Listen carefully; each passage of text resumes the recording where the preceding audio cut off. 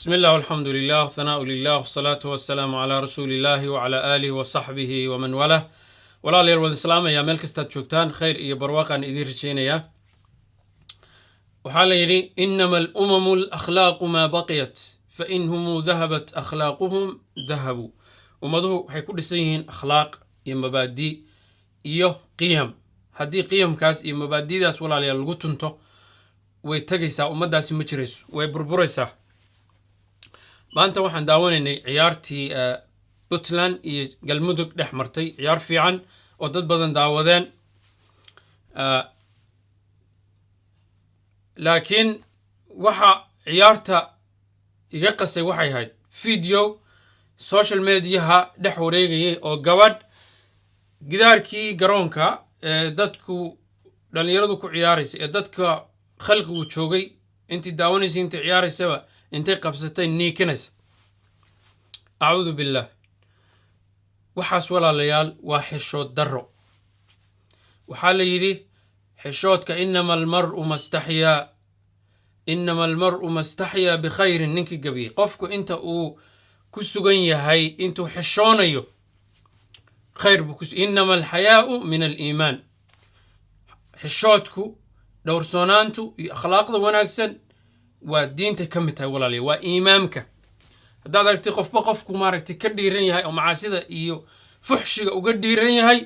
waxa weeye xishoodkiisa yar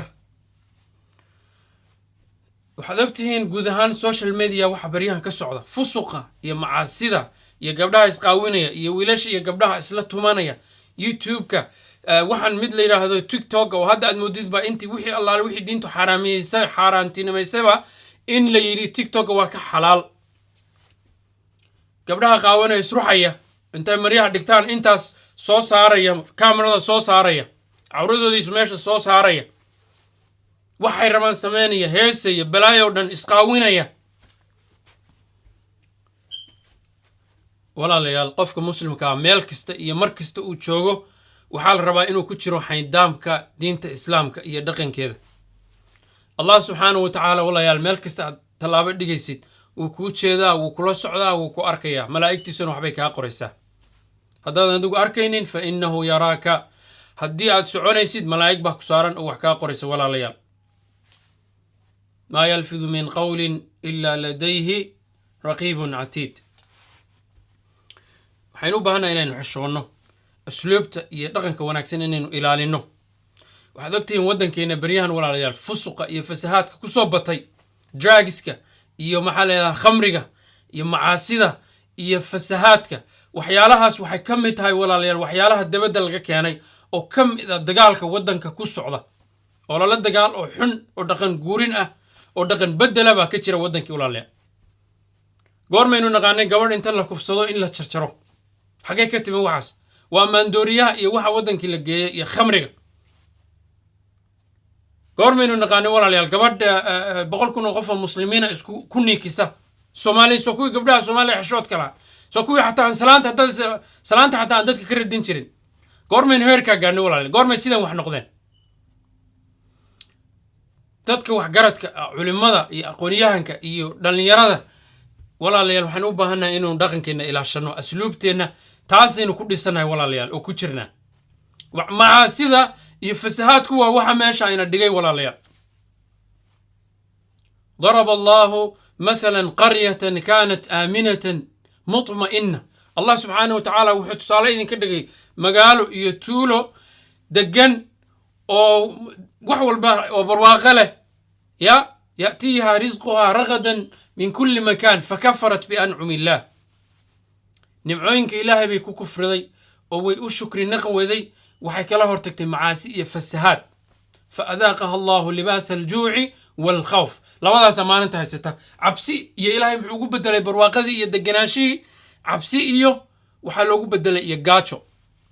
macaasida ayaa keenta waxaas fasahaadka macaasida keenta akhlaaqda yaan laga tegin wanaagsan walaalayaal nabiga calayhi salaatu wasalaam wuxuu yidhi innamaa bucithtu liutammima makaarima alakhlaaq akhlaaqda wanaagsan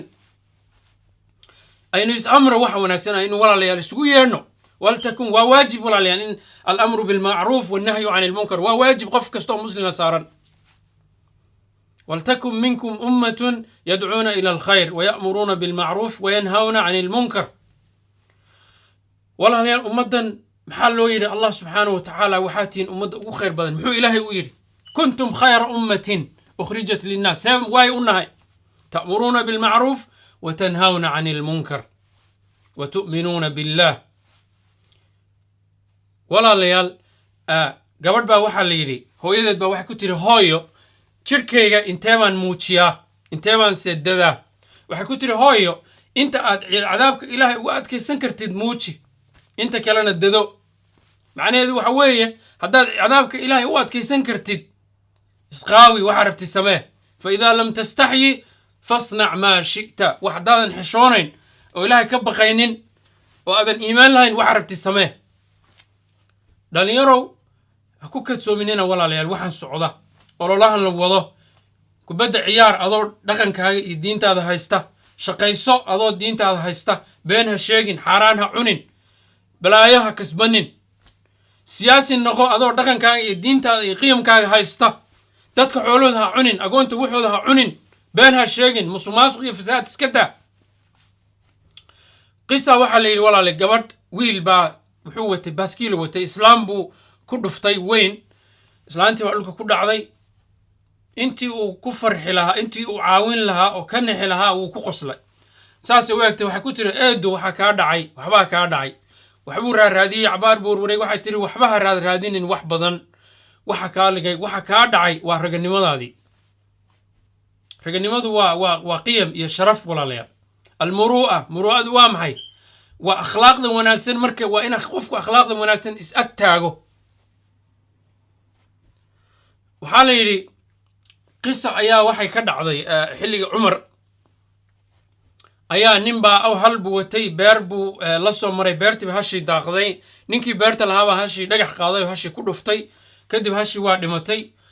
ninkiina ninkiibuu dilay kow ka siiyey maadaamuu hashii ka dilay kadib ninkii baa la qabtay qisaas baa loo taagay isagoo meeshii ku xidhan ayaa cumar wuxuu ku yidhi yaa amiira almu'miniin agoon ayaan wax mahanti iyo ammaano u hayay meel bay ku xasaysan tahay aan cid kale aysan ogeyn aniga mooyaane